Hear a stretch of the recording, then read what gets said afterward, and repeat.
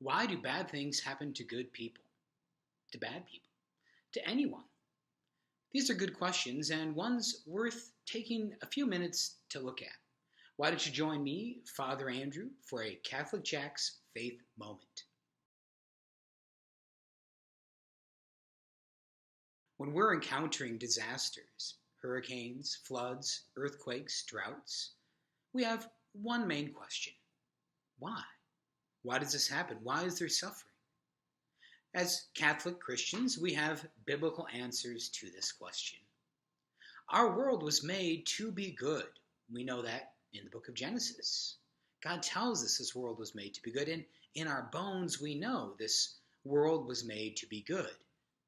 And that's why it's so disturbing and unsettling to us when it isn't good or when the world seems to strike back against us.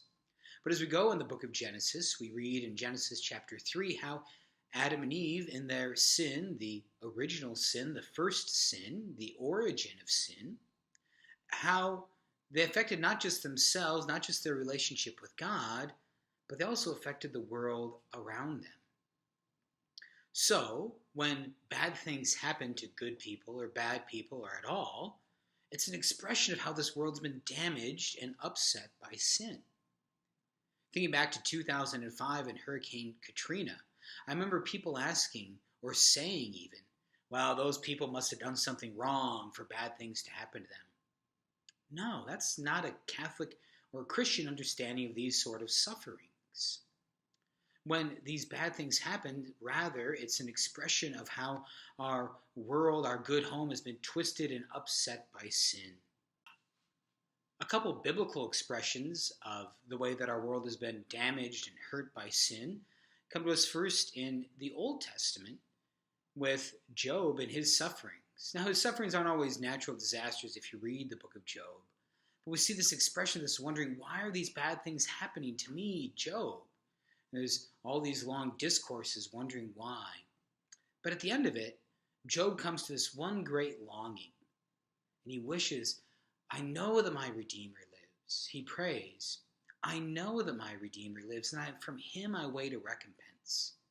In that line, in that story of Job, we see a seed planted of the good things to come in Jesus Christ.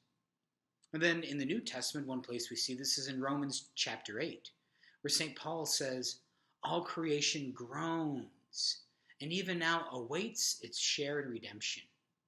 So even our physical world around us is waiting for the full share of that redemption in Jesus Christ. So one main thing about suffering to remember is that God doesn't leave us alone. In our sufferings, God doesn't leave us alone, but rather he comes to join us in Jesus Christ. In his passion, death, and resurrection, we see that God joins us in our sufferings. This is the fulfillment of our faith.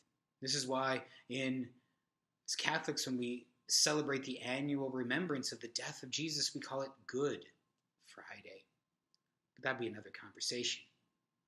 Thank you for spending time with me, Father Andrew Dickinson. I hope you continue to invite Jesus into your heart and to break the mold here at South Dakota State University.